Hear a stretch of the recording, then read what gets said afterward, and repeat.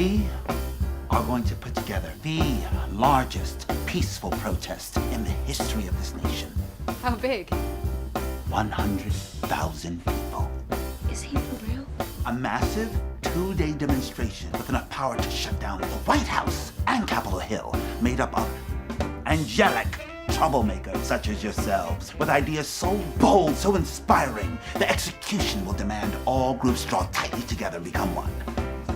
So, talk, shout, take command.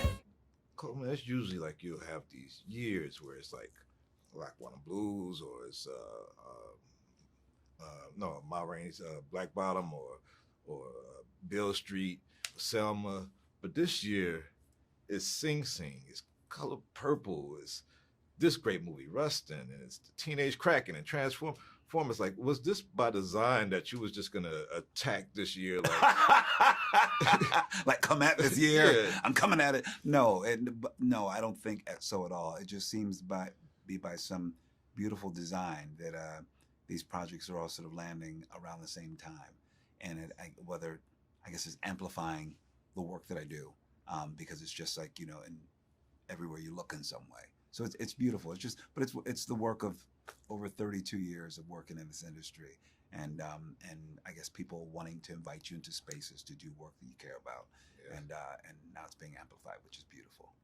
What's also beautiful is, I mean, I was gonna come here to DC to talk to the great director George Wolfe, and just like that, strike is finally over, and we get to talk back to you. I mean, are you disappointed?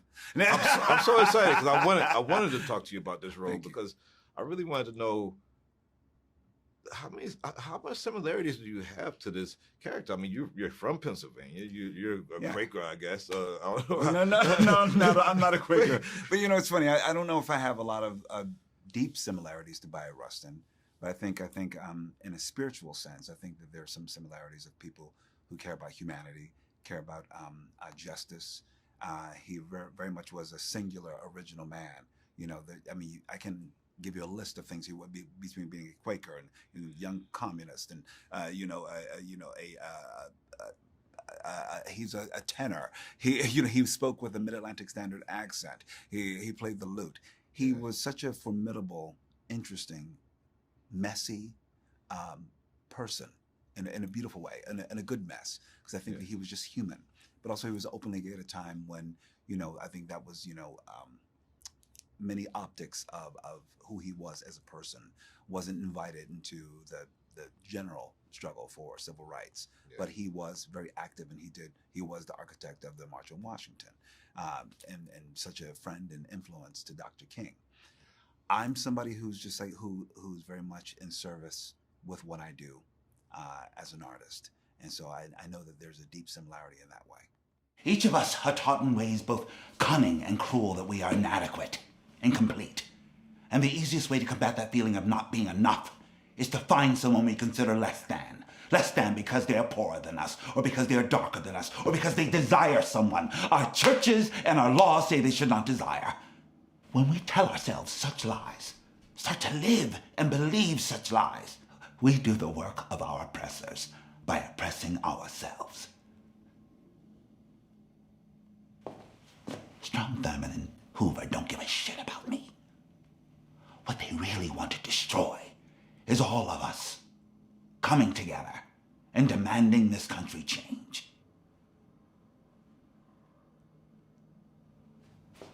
Are they expecting my resignation? Some are, yes.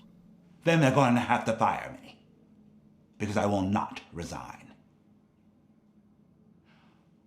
On the day that I was born black, I was also born a homosexual.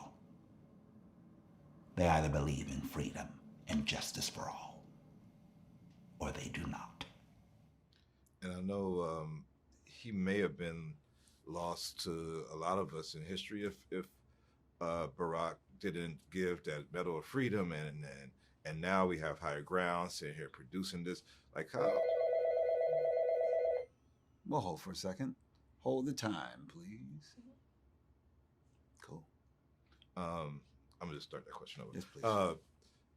And I know that, you know, as great work as he did, he might have been lost to a lot of us in history if Barack didn't shine that light on him with the Medal of Freedom, and now Higher Grounds now producing this project with Barack and Michelle Obama, as long as other great producers. How grateful should we be to like Very. Barack for like just making sure that he didn't get. There's so many people that have been marginalized in the history books because history is tricky. History will shine a light on some and dim the light on others, depending on the narrative. And it's time that people who have had such a great and profound impact are brought out of the shadows. And not only by Rustin. When you watch Rustin, you get to see small moments but very pivotal about Ella Baker or Dr. Anna Hedgeman or A. Philip Randolph or Cleve Robinson. You get a little taste of these people, that it was a movement of a lot of people, a lot of critical thinking people who had incredible ideology and incredible spirit, and they're all converging with this March on Washington. So it's my intention, hopefully, that you not only walk away from the film Rustin with more of an understanding of who Rustin was, and you'll do a little deeper dive to find out more, but you also find out more about these other men and women who get sort of like hidden in the shadows of history. Yeah.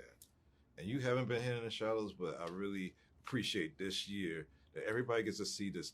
Every time I see you on screen, I am like captivated by it. Thank you. And I just really am glad that we get so much treats this year seeing your talent. And I hope everybody recognizes it from here to the award carpets and everything. So thank you. I appreciate you so much. Thank you, man. Appreciate you.